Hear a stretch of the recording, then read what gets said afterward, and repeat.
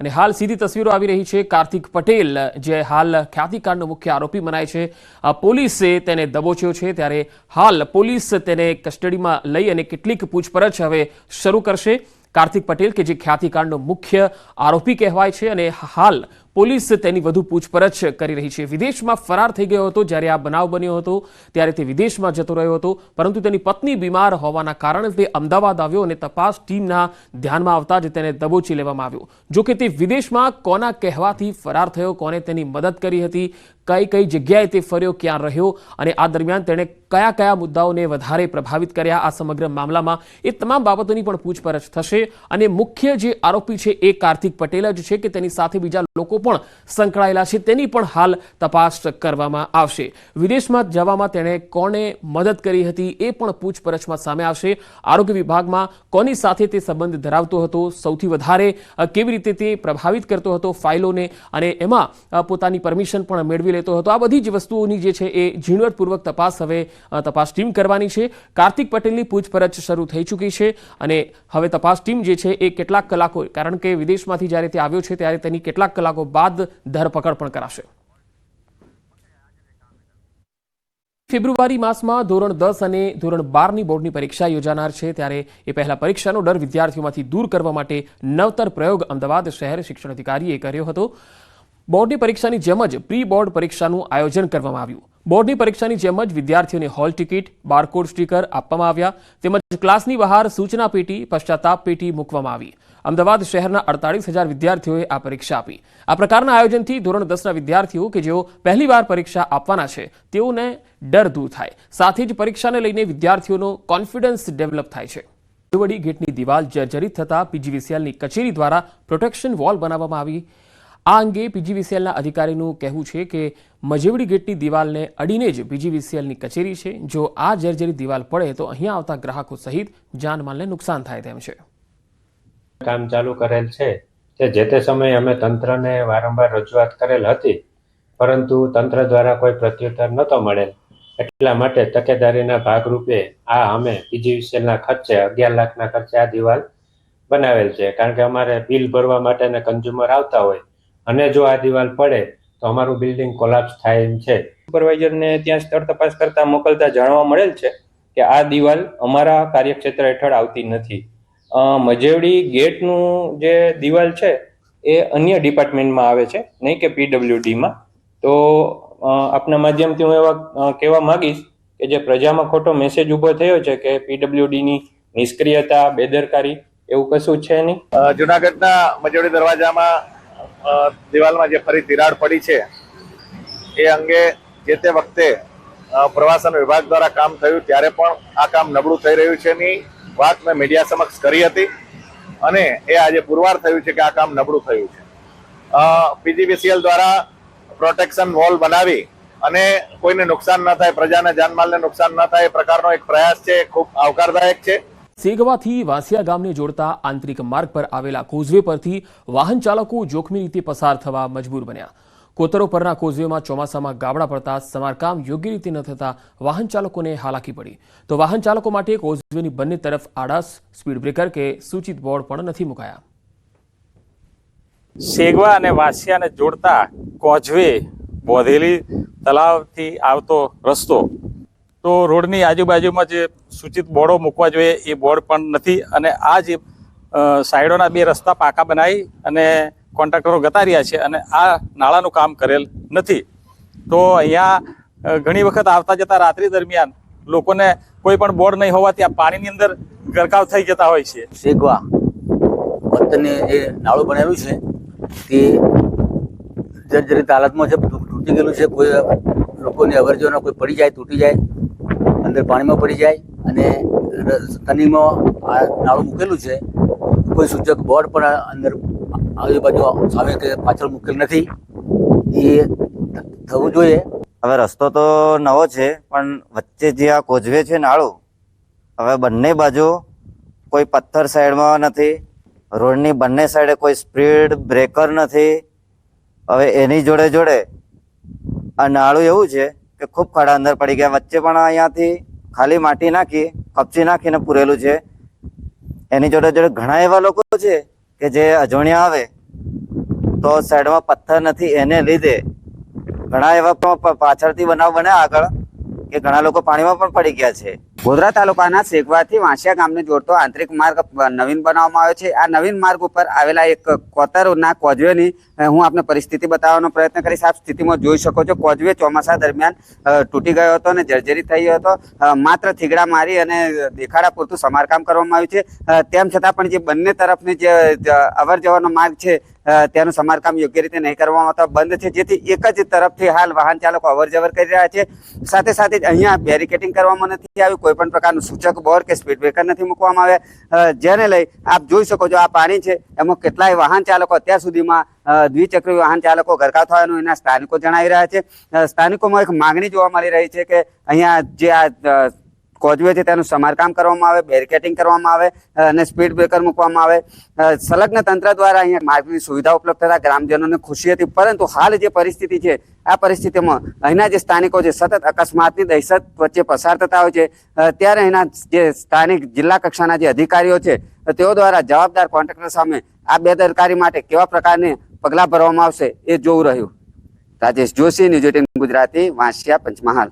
ના પલાસણી ગામે વિકાસનું કામ ટલ્લે ચડતા ગ્રામજનો હાલાકી ભોગવી રહ્યા છે. અશ્વિની નદી પર બ્રિજની અધૂરી કામગીરીથી સ્થાનિક લોકો નદીના પાણીમાંથી પસાર થવા મજબૂર છે. બ્રિજ બનાવવા માટે 2.50 કરોડ રૂપિયા મંજૂર કરાયા અને બ્રિજની કામગીરી શરૂ પણ કરી દેવામાં આવી. ત્યારે 9 માસથી બ્રિજની કોઈ કામગીરી કરવામાં આવી નથી. એટલું જ નહીં, કોન્ટ્રાક્ટરે સરકાર પાસેથી 67 લાખ રૂપિયા પણ લઈ લીધા અને ગુમ થઈ ગયો. નવાઈની વાત એ છે કે જે કોન્ટ્રાક્ટર 9 મહિના સુધી કામ ન કરી શક્યો એ બાબતે તંત્રએ 3 વાર નોટિસ પણ આપી, છતાંય કામ શરૂ ના કર્યું. અને હવે મજાની વાત એ છે કે એ જ કોન્ટ્રાક્ટરને હવે ફરીથી કામ પણ આપી દેવાયું છે. કોન્ટ્રાક્ટરને જ્યારે આ અંગે સવાલ કરવામાં આવ્યો એટલે એને ગોળ ગોળ જવાબો આપ્યા. સ્થાનિક લોકો કહે છે કે અમારે આરોગ્ય કેન્દ્ર પર જવું હોય તો આ નદીના પાણી વચ્ચેથી પસાર થવું પડે છે. આથી તાત્કાલિક બ્રિજની કામગીરી પૂરી કરવામાં આવે તેવી માંગ છે. મારે ગામ में બહુ તકલીફ પડે છે. અમારે ખેતરમાં જવાનું, 2-3 વખત ખેતર જવાનું, અમે કેટલું એ કરી બેઠીને જઈએ. તારે પૂરો દૂરો છે ને ગોવારોનું નામ દે, એ નહીં કરતા પણ ગોવારોનું નામ દેશે. ગામને બદનામ કરે છે પછી. તારે અધૂરો મૂક્યો છે. આવે મંજૂર થયા પછી 1 વર્ષનો ટાઈમ થઈ ગયો. અમને તો એવી આશા હતી કે મંજૂર થઈ ગયો એટલે અમે ગામ લોકો બધા ખુશખુશાલ હતા કે ચાલો આપણા ગામનો બ્રિજ બની જશે અને આપણે પલાસણી PHC સુધી કોઈ પણ તકલીફ વગર આપણે પહોંચી જશું. પણ અમારા સામે કિનારે એક PHC આવેલું છે, ત્યાં જવા માટે અમારે મહિલાઓને કંઈ બી ડિલિવરીનું હોય આ કંઈ હોય તો અમે એવું માનતા હતા કે આપણો બ્રિજ બની ગયા પછી બહુ સહેલું થઈ જશે. પણ આજે 1 વર્ષ થઈ ગયો છતાં બ્રિજ અધૂરો મૂકીને કોઈ કોન્ટ્રાક્ટર જતા રહ્યા છે. ટૂંકા ગાળાની અંદર એક હોસ્પિટલ આવેલું છે, સરકારી આરોગ્ય કેન્દ્ર, અને એ આરોગ્ય કેન્દ્રની અંદર ગામના લોકો એની સુવિધાઓ લેતા હોય છે. પણ હાલ આપ જોઈ શકીએ છીએ કે એ કામ અધૂરું છે અને જે તે કોન્ટ્રાક્ટર 1 વર્ષ પહેલા આ કામને અધૂરું મૂકીને જતો રહ્યો છે. ફરી એ જ કોન્ટ્રાક્ટરને જો આ કામ આપવામાં આવ્યું છે તો એનું રીઝન શું જ માનવામાં આવે છે? ટૂંક સમયમાં કામગીરી પૂર્ણ થઈ જશે. ના, કારણ કોઈ જ નથી. કોઈ જ કારણ હાલ કોઈ જ કારણ નથી. વચ્ચે ગયા વર્ષે ગરમીનો ટાઈમ હતો, લેબરો ભાગી ગયેલા એટલે કામ બંધ થઈ ગયેલું. પલાસણી કરમદી 5 ગાળા 11 મીટર સ્પાનના બ્રિજની કામગીરી ચાલુ છે. એમાં અત્યારે 4 પિયર ને 1 સ્લેબની કામગીરી થઈ છે અને ચૂકવણું આપણે 67 લાખ જેવું કર્યું છે. કામગીરી વચ્ચે બંધ હતી, 3 નોટિસ એટલી પાઠવવામાં આવેલી છે અને અત્યારે એજન્સી જોડે સ્થળ વિઝિટ કરી છે અને કામગીરી ટૂંક સમયમાં ચાલુ કરી. આવનારું ભવિષ્ય કહીએ છીએ એ જ બાળકોને અભ્યાસ કરવા માટે યોગ્ય જગ્યા નથી મળી રહી. ગોધરાના વાંસિયા ગામમાં આવેલી સરકારી પ્રાથમિક શાળામાં ધોરણ 1 થી 8માં અભ્યાસ કરતા 200 ઉપરાંત વિદ્યાર્થીઓ છેલ્લા 8 વર્ષથી ગ્રામ પંચાયતના રાજીવ ગાંધી ભવન અને પતરાવાળા જર્જરિત ઓરડામાં બેસી અભ્યાસ કરવા મજબૂર બન્યા. સ્થાનિકોના જણાવ્યા અનુસાર નવીન ઓરડા બનાવવા માટે શાળા કક્ષાએથી શિક્ષણ વિભાગમાં જૂના ઓરડા ડિસમેન્ટલ કરી અને નવા ઓરડા બનાવવા માટે વારંવાર રજૂઆત કરવામાં આવી, પરંતુ સ્થિતિ ઠેરની ઠેર છે. ચોમાસામાં જર્જરિત પતરાવાળા ઓરડામાં પાણી ટપકતા શિક્ષણ કાર્યને અસર થાય છે. વહેલી તકે જર્જરિત ઓરડા ડિસમેન્ટલ કરી અને તમામ ઓરડા નવીન બનાવવા માટે વાલીઓની ઉગ્ર માંગ છે. વાંસિયા પ્રાથમિક શાળા 1 થી 8 ધોરણ અને એમાં અમારા જે સ્કૂલના જે ઓરડાઓ છે એ ઓરડાઓ જર્જરિત અને પતરોવાળા હોય. અમે ઘણા સમયથી રજૂઆતો કરી અને ફાઇલો જાય છે તાલુકા જિલ્લામાં અને પછી ડિસમેન્ટલના ઓર્ડરો નથી મળતા અને આજ સુધી કંઈ પણ કામગીરી થયેલ નથી. હું ભણ્યો છું, મારા બાળકો ભણ્યા છે, સરકારને રજૂઆત કરી છે, છતાં પણ હજુ સુધી અહીંયા કોઈ પણ સ્થળ ઉપર રજૂ થયું નથી. અને ચોમાસામાં જે જર્જરિત હાલતમાં જે સ્કૂલ છે અને જે 5-6 ઓરડા છે એ ડિસમેન્ટલ કર્યા છે. ઓરડા ઓછા છે અને પતરા કાણા છે, એની રીતે દફતર પડી જાય છે, ચોમાસામાં પુસ્તકો પડી જાય છે ને ભણવામાં બી તકલીફ થાય છે. ઉનાળામાં બી તડકો લાગે એવું ગભરામણ જેવું થાય ને ઓરડા બી ઓછા છે. ગ્રામ્ય વિસ્તારના બાળકોનું ભવિષ્ય ઉજળું બનાવવા માટે કરોડો રૂપિયા ખર્ચી મફત શિક્ષણ આપી રહી છે, પરંતુ મફત શિક્ષણની સાથે જ જે પાયાની જરૂરિયાત કહી શકાય એ પ્રકારે જે ઓરડાની વ્યવસ્થા છે તેની કંઈક વિપરીત પરિસ્થિતિ જોવા મળે છે. હું આપને સીધા દ્રશ્યો બતાવીશ. હાલ આપણે ગોધરા તાલુકાના વાંસિયા પ્રાથમિક શાળામાં જે વાંસિયા પ્રાથમિક શાળાના વિદ્યાર્થીઓના અભ્યાસની આપ સ્થિતિ જોઈ શકો છો. આ ધોરણ 3 અને 4 માં અભ્યાસ કરતા જે વિદ્યાર્થીઓ છે એ ગ્રામ પંચાયતનું રાજીવ ગાંધી જે ભવન છે તેમાં બેસીને અભ્યાસ કરવા માટે મજબૂર બન્યા છે. અહીંયા વર્ષો અગાઉ જે ઓરડા બનાવવામાં આવ્યા હતા તે હાલ જર્જરિત થઈ ગયા છે, જે પૈકીના 2 ઓરડા ડિસમેન્ટલ કરવામાં આવ્યા છે, જ્યારે અન્ય ઓરડા છે તે પણ હાલ જર્જરિત હાલતમાં છે, જેમાં વિદ્યાર્થીઓ હાલ અભ્યાસ કરવા માટે મજબૂર બન્યા છે. વહેલી તકે અહીં નવી ઓરડા બનાવવામાં આવે અહીંના સ્થાનિકો માંગણી કરી રહ્યા છે. રાજેશ જોશી, ન્યૂઝ 18 ગુજરાતી. ઇનરેકા સંસ્થામાં 41મો વાર્ષિક મહોત્સવ ઉજવાયો હતો, જેમાં રાજ્યના આદિજાતિ અને શિક્ષણ મંત્રી કુબેર ડિંડોર ઉપરાંત સાંસદ મનસુખ વસાવા ઉપસ્થિત રહ્યા. આ તરફ કુબેર ડિંડોરે નામ લીધા વિના જ કટાક્ષ કર્યો. તેમણે કહ્યું, કોંગ્રેસના શાસનમાં ભણ્યા એટલે પાછળ છો, હાલના ભાજપના શાસનમાં ભણે છે એટલે આગળ વધી રહ્યા છો, એવું પણ કહ્યું. એટલું જ નહીં, હાથમાં કલમ અને ગળામાં ટેથોસ્કોપ વાળું નવું ગીત લાવો, એવું પણ તેમણે કહ્યું. આ તરફ મનસુખ વસાવાએ પણ અલગ ભીલ પ્રદેશની માંગ પર કહ્યું કે જે લોકો માંગ કરે છે એ ખોટી માંગ છે. વડોદરાના હરણી લેક ઝોન દુર્ઘટનાને આજે 1 વર્ષ પૂરું થયું. જો કે ન્યૂ સનરાઈઝ સ્કૂલના સંચાલકોએ શાળા ચાલુ રાખતા હોબાળો થયો. શાળા સંચાલકોએ શાળા બંધ રાખી શ્રદ્ધાંજલિ અર્પણ કરવાને બદલે શાળા ચાલુ રાખી હતી. શાળાના ગેટ બહાર પોસ્ટર લગાવી શ્રદ્ધાંજલિનો દોડ કરતા વાલીઓ અકળાયા હતા. વાલીઓએ શ્રદ્ધાંજલિનું બેનર ઉતારી લીધું. અકળાયેલા વાલીઓએ બેનર ફાડી પોતાનો રોષ વ્યક્ત કર્યો. નેતા દીપિકા પટેલ આપઘાત કેસમાં હવે તપાસ ચાલી રહી છે. દીપિકાનો મોબાઈલ FSLમાં મોકલ્યો હતો. FSL અને મોબાઈલ ડેટા રિપોર્ટ હવે સામે આવી ગયા છે. તમામ રિપોર્ટ પોલીસને સોંપી દેવાયા છે. મોબાઈલમાંથી દીપિકા અને ચિરાગના હજારો ફોટા મળ્યા છે. ચિરાગનું નિવેદન અને મોબાઈલ ડેટા વિરોધાભાસ છે. આપઘાત પછી ચિરાગે પોલીસ સમક્ષ કહ્યું હતું કે દીપિકા મારી બહેન હતી, મને રાખડી પણ બાંધતી હતી. અલથાણ પોલીસે રિપોર્ટના આધારે હવે આગળની તપાસ શરૂ કરી છે. વડોદરામાં નર્સ સાથે દુષ્કર્મ કેસમાં તપાસ ચાલી રહી છે, જેમાં આરોપી અશરફ ચાવડાની ધરપકડ કરાઈ છે અને ત્યારબાદ હવે પુરાવા એકત્ર કરવાની કામગીરી ચાલી રહી છે. હોસ્પિટલ તંત્રની પણ અહીંયા ઘોર બેદરકારી છતી થઈ. હોસ્પિટલમાં લાગેલા CCTV 3 મહિનાથી બંધ હાલતમાં છે. ગંભીર ગુનામાં પુરાવા તરીકે કોઈ ફૂટેજ નથી મળ્યા.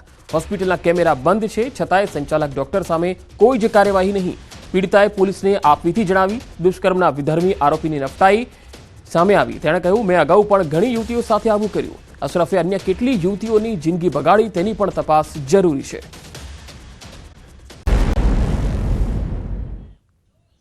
નમસ્કાર, ન્યૂઝ બુલેટિનમાં આપનું સ્વાગત છે. હું છું પંકજ શર્મા. શરૂઆત મહત્વપૂર્ણ ખબરથી. ખ્યાતિકાંડમાં કાર્તિક પટેલની ધરપકડ અંગે મોટો ખુલાસો થયો છે.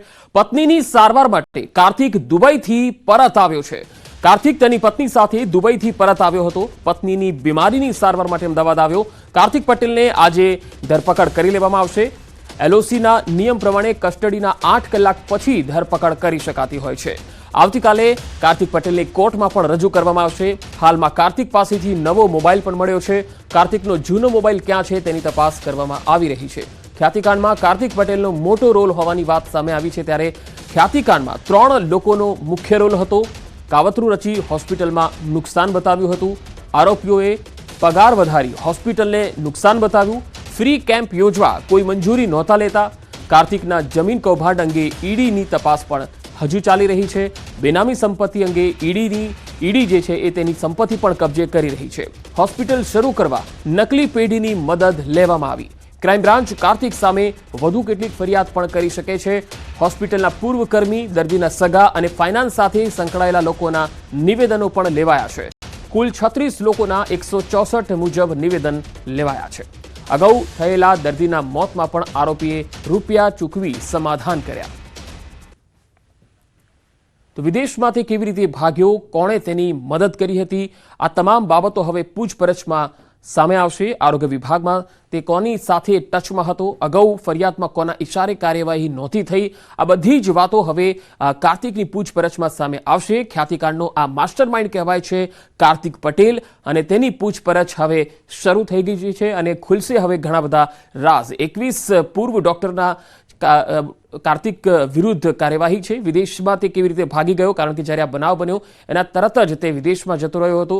પહેલા ઓસ્ટ્રેલિયાની વાત આવી હતી સામે, ત્યારબાદ તે બીજા કોઈ દેશમાં પણ જતો રહ્યો હતો. જોકે હવે તેની પત્નીની બીમારીના કારણે તે અમદાવાદ આવ્યો છે અને તપાસ ટીમે તેને દબોચી લીધો છે. હવે તેની કસ્ટડી પણ લેવામાં આવશે, ત્યારબાદ તેને ધરપકડ પણ બતાવાશે.